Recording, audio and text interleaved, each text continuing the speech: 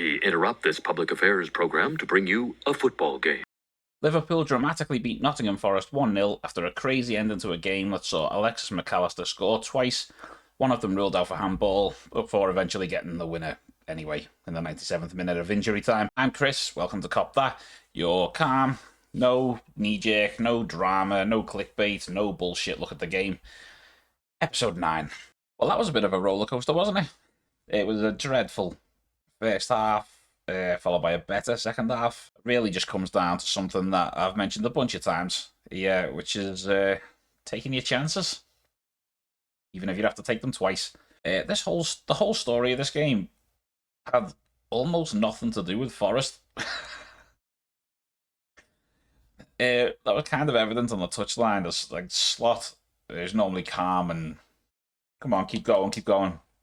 In the dugout, looked probably as pissed off as I've ever seen him.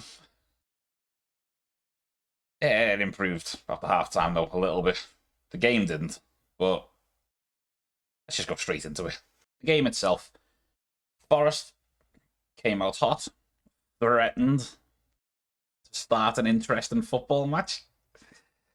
Didn't pan out, though. Within 3 minutes, Curtis Jones, who looked very uncomfortable in midfield, loses the ball, easily muscled off it. Hudson-Odoi is put through and learns firsthand why Alisson is the best one-on-one goalkeeper that the Premier League's ever seen and is the best one-on-one keeper in the world. Basically, the whole first half was, there's quite a few Forest hits from long range, didn't really do anything. Liverpool just passes under hit, passes over hit. It's muscled off the ball. I think Alisson even put a goal kick out for a throw in at one point, and it's just kept giving Forest the ball back very, very easily. They pressed quite high, but they didn't have to do much, to be honest. At one point, Van Dijk was hitting the back of the head. You could see the smack, you could hear it. The referee saw it as well and decided to play on for a little while longer, which is an alarming thing that they're doing this season. Slot took this time to swap Szoboszlai, who'd started at right back, and Jones in midfield. Both looked more comfortable after this change. Looked a tiny little bit better, but still just couldn't string passes together. But honestly, I'm not describing much action here because there wasn't any. Second half it is. Liverpool came out, looked much brighter, had more of the ball right off the bat. But the first close call, the second half, came from Forest. Again, this in-swing and cross. Milenkovic gets across Van Dijk, who, to be fair, marked him and nudged him and defended him quite well, really, just considering he didn't get the ball. But that goes just wide. 5 minutes later, Gakpo did the only thing I think he did in the entire game, which is cuts inside.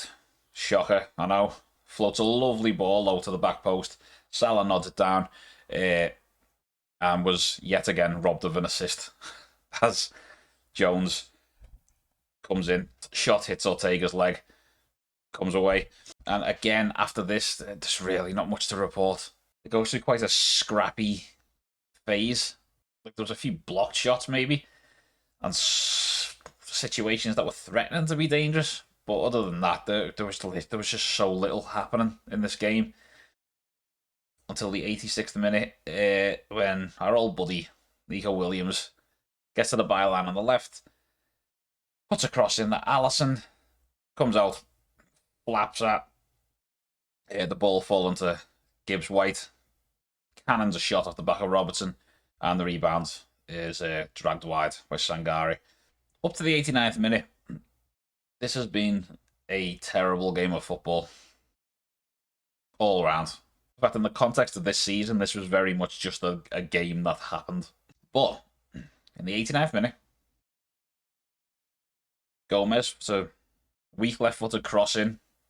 As it's about to be cleared, Kanate muscles in, recycles the ball, puts the ball out to Rio.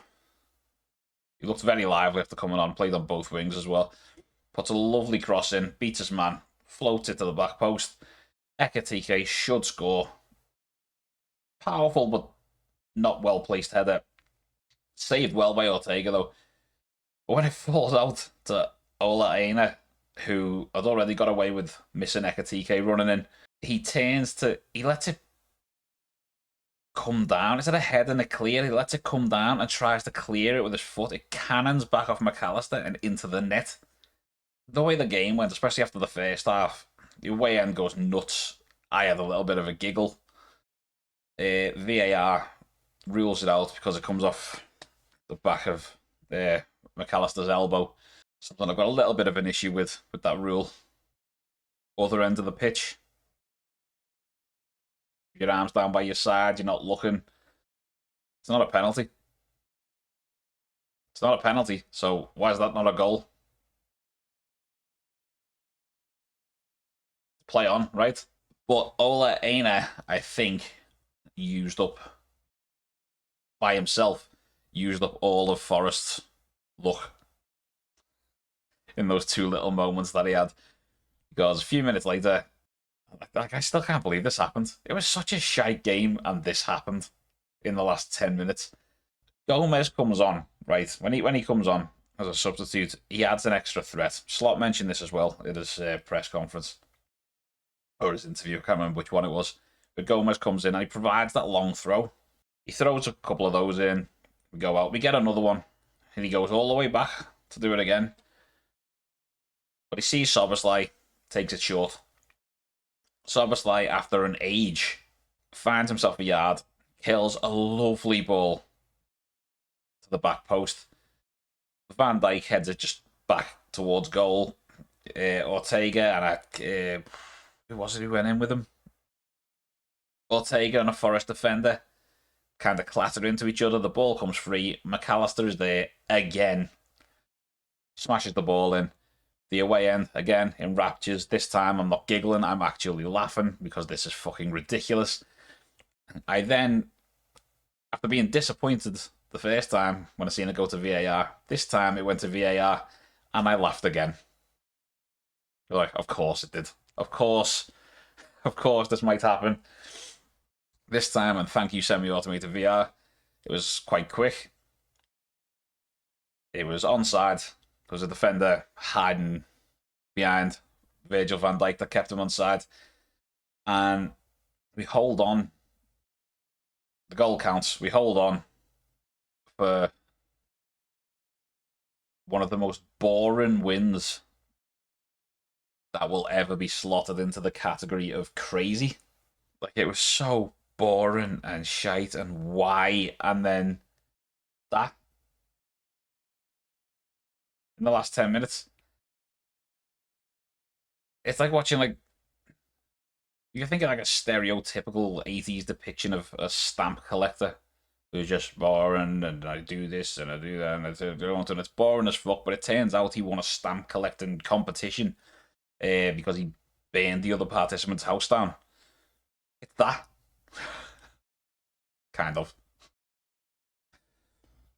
Nothing makes sense in this game, to be honest. It's a mad old game, innit? So, as there was so little to talk about in the game, I feel like the biggest talking points coming out of this, apart from that finish, obviously, is the players and their performances. And there's been a lot of criticism, some praise, and just a lot of talk. So let's look at these players in the context of this shite football match that we watched. Shall we? Right, starting at the back. Bit of a mixed game, to be honest. Alisson did what he does best. 3 minutes in. Superb save. Had a couple of shaky moments, flapping at a cross late on. His distribution wasn't there. I feel like I've only really got those criticisms because despite all of that talk of dominance from Forest and stuff in the first half or whatever, he didn't have anything to do. Like, he made 2 saves in the whole game. One was in the 3rd minute and one was a tame shot that just rolled into his arms. So it's difficult to judge. I can only really go by his distribution, which wasn't great. Jones, I'm gonna start with Jones rather than Szoboszlai, even though Szoboszlai started at right back. Jones played most of the game there. He's usually solid in possession. In midfield, looked way off it, as they all did. when the switch happened, he looked more comfortable at right back, and crucially, didn't lead anywhere. It should have led somewhere, but crucially, him going to right back brings Salah into the game.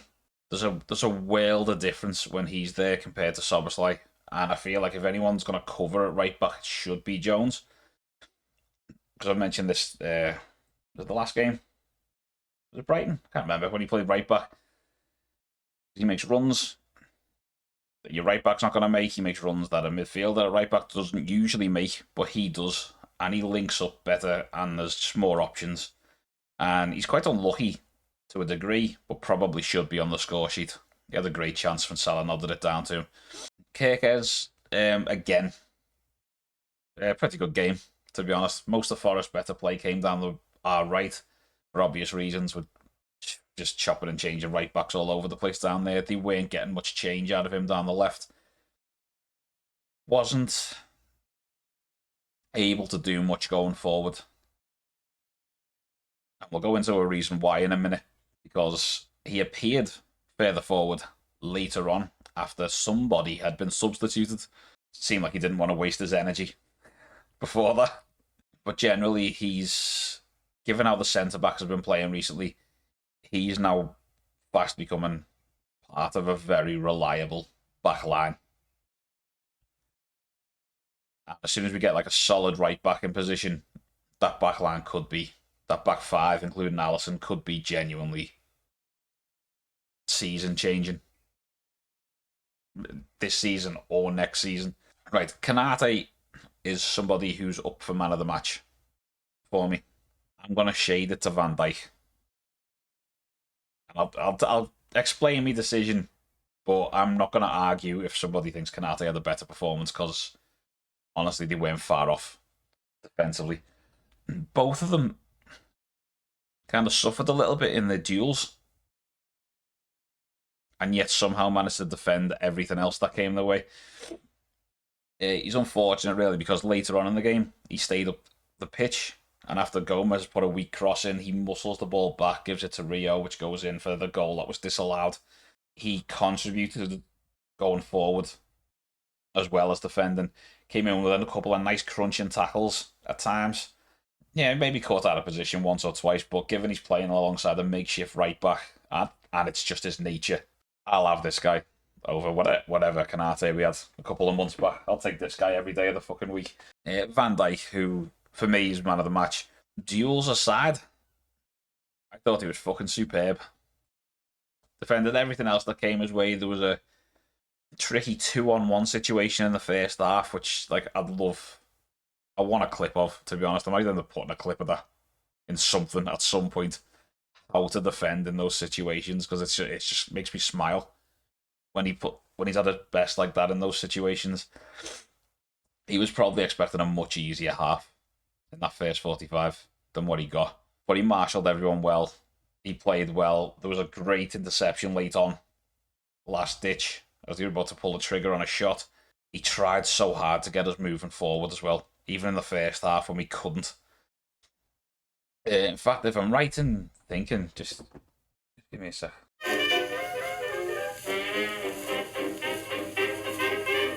Yeah. He actually ended the match with the highest pass success rate on the pitch. It was like slightly above Curtis Jones, who was second for us. And when you've got that and the fact that he's making a nuisance of himself for the goal that stood, he just contributed so much in that game, and I thought he was fucking awesome. This is the Verge we love. This is the guy. This is the guy, right? And so going from a man of the match to Ryan Gravenberch is quite a leap, because it's probably, in the first half especially, probably the worst I've seen him play in a Liverpool shirt. He showed again why he should be either permanently further forward or in a 2 with somebody more experienced, like an actual 6. But he shows constantly why we're missing that, because that structure isn't there when he's there. He was bullied a lot of the time. He's so easy to get off the ball. His first touch was awful. He couldn't pass. It was just a bad game all around. But that first half especially was the worst that I've seen him in a Liverpool shirt, and it's so disappointing. At some point, either he gets to grips with his role, or Liverpool get to grips with having Ryan Gravenberch in the squad, because there needs to be some change. He's in limbo between what he should be doing, what Liverpool wants him to be doing, or what he feels he should be doing, and what Liverpool want him to do. And it's not meshing, and it needs a change. It really does need a change, and we've got options. We've got more options when we've got a right back, but we've got options there, and I feel like that needs addressing. It's a big issue. Szoboszlai, I feel like he cruises at 7 out of 10 in games. He looked a bit dodgy at right back though. He was getting too tight. He was getting done and stuff like that. But that happens every time he plays there, and he looks, as always, much better in midfield. As soon as he was moved, he was pressing. He was chasing a ball down all the way to the keeper. I think that's when I realised that he'd actually switched, because he was just pinging it around the pitch like Mane used to do, just obviously slower. He drove us forward in the second half. Eventually got a great ball to the back post, obviously, in the build up to the goal. But he's one of the few that can come off the pitch, I think, with his head held high. Worked his arse off, and even in a game like this, even in a performance like this, what a player. Gotta love him. McAllister, honestly, awful. I've been giving him a lot of praise recently because, well, the passing or the end product hasn't been there. He's been really working hard. He's been battling away, and the defensive side of it's been really good. He's regressed. To be honest, he's gone back a few weeks. Him and Gravenberch in the middle, that's not it. Because we play generally with more of a front four, usually. And I know, I forgot to mention this earlier, actually. I know there was a bit of disruption in the game plan because Verts wasn't starting. He obviously felt something in the warm-up, couldn't start. It's a last-minute change to your game plan, and we absolutely missed Verts in there today, to be honest. But McAllister, just like Gravenberch, bullied quite a lot off the ball. His passing was just... It looked like he'd been playing football for 7 hours straight. And it was really... It's not sad to watch because you know that he's going to come back from this kind of form, especially if he can get a full pre-season under his belt for next season. But he did get himself in there to score, and then after the disappointment of that being ruled out, got himself in there again. So the last 9 minutes aside, not a great performance at all. But it seemed like he was hell-bent on getting that first league goal of the season. So good on him. And I can't stand seeing him like this. Gakpo. I'm sorry, but if it wasn't for Ryan Gravenberch, I think he may have been the least effective player on the entire pitch.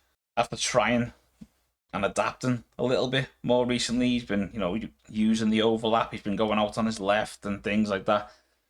None of that yesterday. Just cut in on his right, cut in on his right, cut in on his right. One time, it did result in a lovely ball to the far post for Salah to knock it down for Jones, but I couldn't even rate his performance, to be honest. I'm going to show you the stat. Okay, when you're on the right wing, not many of your passes are going to be going to the right. Right? When you're on the left wing, not many passes are going to be going to the left. But I'm going to show you, I'm going to compare these passes with Salah, right? Okay, so we're going to do this.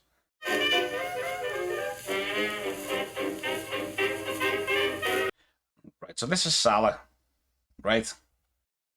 See, the pass is going forward, 35% going left, 38% going back. 7.7% to the right.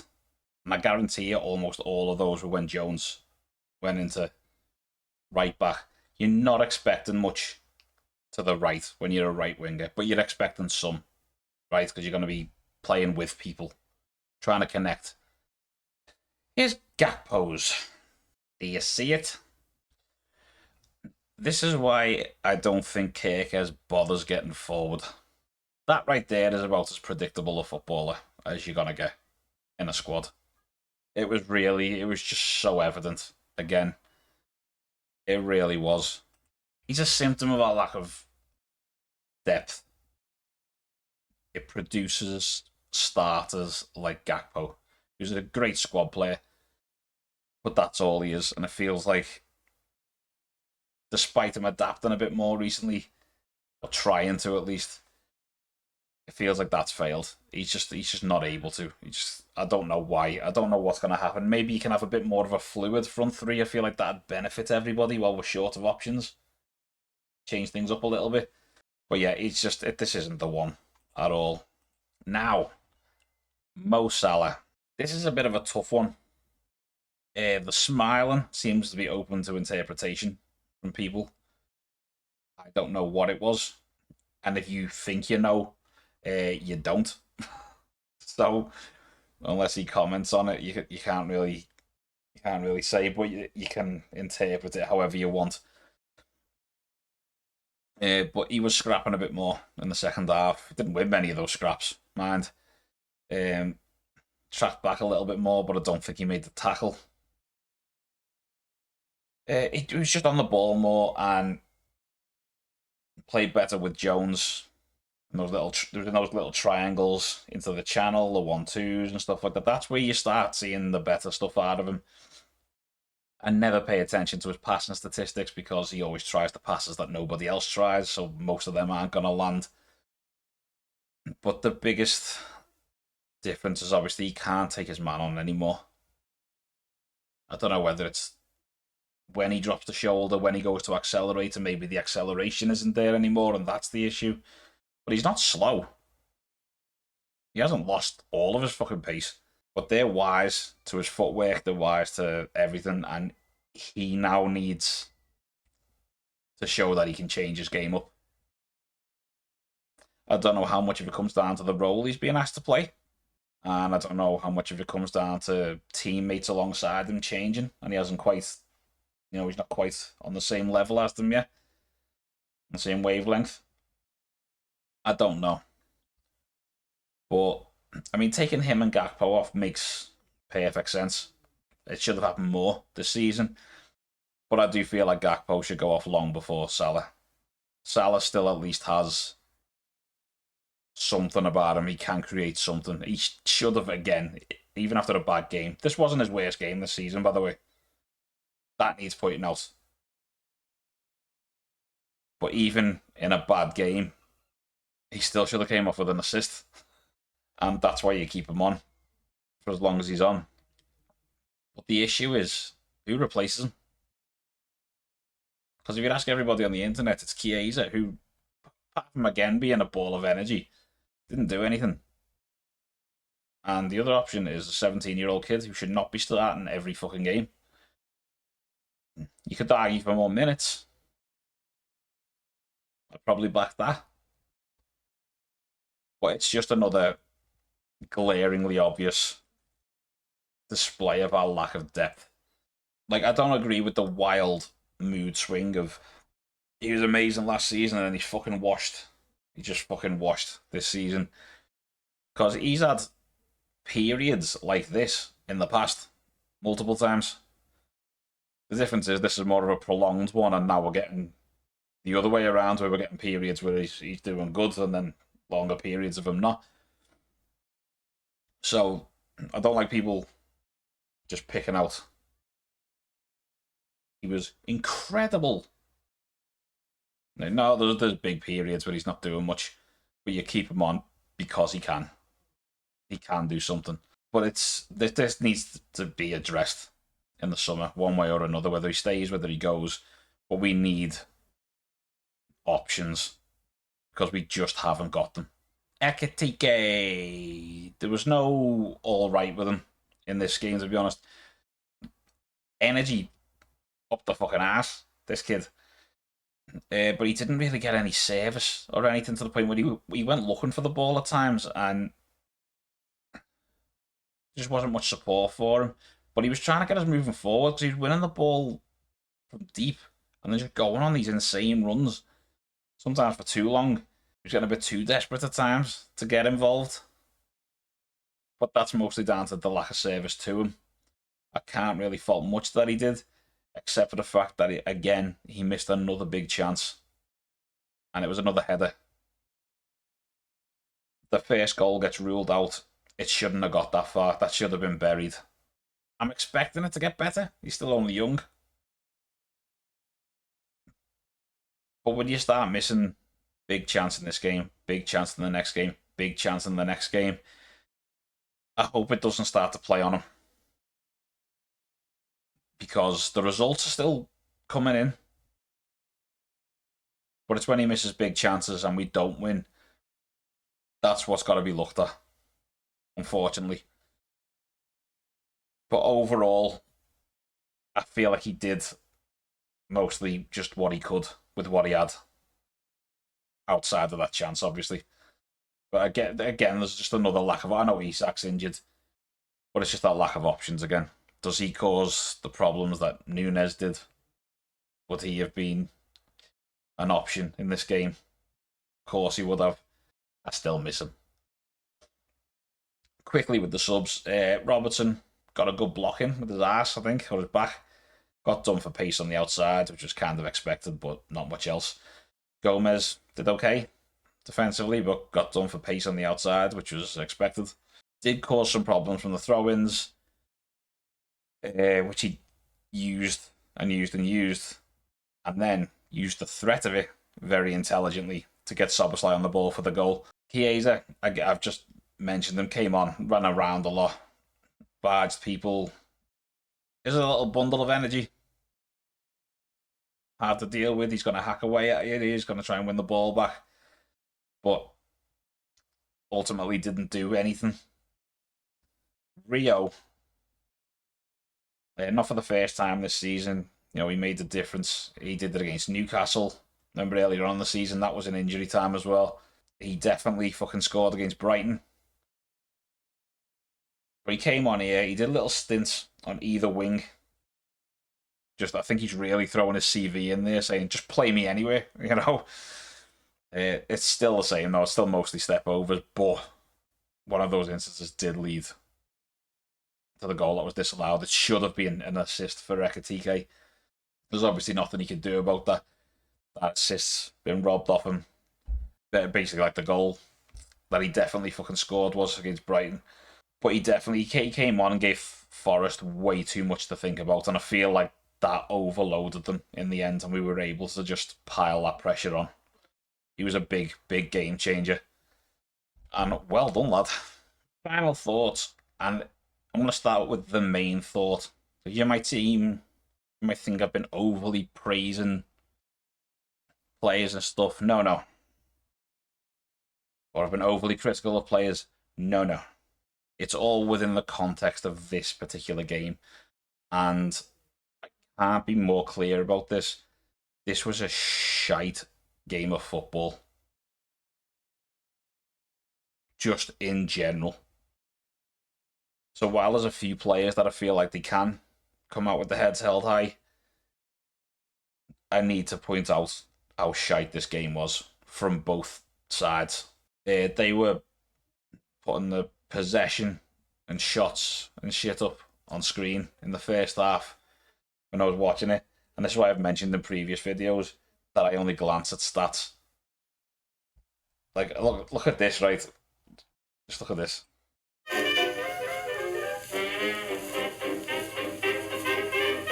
I just had to show you the XG race because, I mean, that's comedy right there. But that's not what I actually wanted to show you. Because for all of the stats that they showed in the first half, how dominant Forest were and so on and so forth, I mean, ultimately, in the end, Liverpool deserved the win. Just the chances that we had were better than the chances that they made, because they didn't really create any chances apart from like the first 3 minutes. And what we were left with was this horrible, horrible game. But when you look at those stats, all them shots, does that look like the game that you watched? It looks more exciting. The stats look more exciting. Like Liverpool in the first half were as bad as I've seen them for a while, for a good while. And it's not necessarily the shape, because it feels like we're playing out from the back. When you set up to play out from the back, you need to make those passes. You need to have the out ball. And the passes just weren't there. A couple of times when the out ball was there to Ekitike, to Salah, they just held on to the ball too long. Put the pass out. The pass was misplaced. They just couldn't play. It was blowing my mind watching it. It looked like a bunch of footballers. It was like the first day on the job. It was amazing. That changed it a bit when he could. Swapping Jones and Soboslai, and he tweaked a little bit in terms of securing the midfield to get us a little bit further forward, which worked for like a few minutes, if that. But we just needed to survive to half time. Honestly, it was fucking awful. Forest had a difficult shape to deal with. The press was decent, but it was mostly the shape that kind of fucked around with us a little bit, and it made making those passes more difficult than it normally would have been. But most of the time, they didn't have to do anything. We were just gifting them possession. Forest got too much credit in that first half. Instead of that credit, should have been criticism for Liverpool, and solely that. But really, the second half was how we'd normally play in the first half of a game. Kind of bizarre, but it's decent, but not doing a lot. That's usually our first half. I feel like a draw would have been hard to argue with. The possession swing was nuts, because I think Forest finished with 60% possession or something like that in the first half, and the way it finished, it was just a wild swing, and I love to see that. But we were generally we were unlucky to have the goal chalked off, because like I said, I don't agree with that rule at all. It's so inconsistent with other rules that they've got. But I'm sure it won't be the last time that I'll mention this season about chances being missed. It's definitely not the first time I've mentioned it. But we need to start taking these chances, especially in games like this, for fuck's sake. We got lucky in the end. It was perseverance that got there. But ultimately, we had a couple of big chances before that, and we need to be taking them. So the upside is, earlier in the season, we'd have lost that game. And more recently in the season, we'd have drawn that game. But now we're winning that game, which is huge. You can see that the mentality at least is there, even when the performance isn't. And that's been missing so much this season, and it was kind of nice to see that. I came out of the game in a decent mood because of the way it finished. So it's kind of carried over till today. All the shite that came before it is now just sort of murky stuff that I'm just looking back at rather than, feeling. This is why I do these videos the day after, so I can calmly watch these things. But especially against a team with like a new, the new manager bounce. The teams have a new manager energy about them, which I feel was on display. They were winning way more second balls. They were ready for all of it.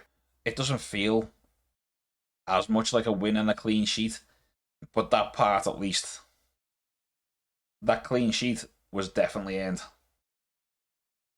So I won't be entertaining any arguments against that one, which I don't think there will be. Not long after the hour mark, Forest posted their 50th shot in the last 2 games. And 2 of them were on target yesterday, and I went over them earlier on. That shit just skews the stats as well.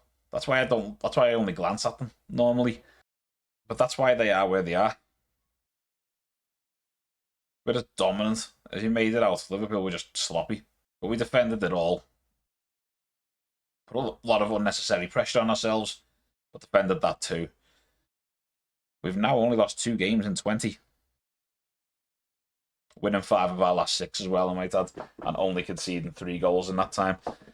Like, there's positives in terms of the numbers and in terms of some parts of the mentality. The negatives are that some players seemed to slip back into previous form from earlier in the season, and it really hampered us in that game. It highlighted the lack of depth in the squad. Like, really glaringly obvious. We've all known it anyway this season. Like, if Rio comes on and gets marked out of the game, we're fucked. Because that's our little roll of the dice completely nullified. And I actually felt kind of bad for Slot, especially in the first half. He looked like he was let down by not all of his players. Like, the defenders were quite good, but he looked like he was let down by his players in that first half. Like, normally people will be like, well, why are we doing this? Why are we doing that? It's the manager. No. It's no. Sorry, watch Liverpool trying to hold on to the ball or pass the ball in that first half and tell me that that's the manager. Fuck off. No. So even if I wanted to, I couldn't pin too much on him for that game yesterday. His substitutes were good. Switching Jones and Soboslai was good. Did whatever instructions were given to Rio were good, and committing men forward when it was 0-0, despite the risk that poses, ended up being good. But some of the players' form is worrying, and the squad still looks unbalanced. But we just have to see it out till the summer and address that by additions rather than buying replacements, so we can actually build a squad. But we've been pretty good recently, so I'm hoping that this was a blip that had a good result, which has not happened a lot this season. And I feel like they can still come out of that with some confidence. It's still a decent run of results. Hopefully we can just finish strong. Up next, it's West Ham at home on the 28th, I think. The Champions League draws on the 27th, possibly.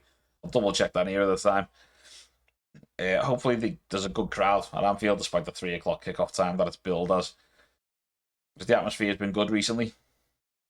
And get a good performance there. Send us flying. I think was it Wolves the week after, I think. It's episode 10 of this. Will be the day after West Ham game, the Sunday. 10 episodes, eh? Where's the time gone? So we'll go over the West Ham game, any news, the Champions League draw, what we can look forward to there. And hopefully we'll not have to sit through so much boring shite to get to it. Fuck this football match. Jesus Christ. But anyway, I'll be back then. I'll apologise for sounding and actually being a bit ill. I'm still getting over an illness. I'll be better next week, I hope. So I'll see you then. As always, up the Reds and slot in. Hey-oh!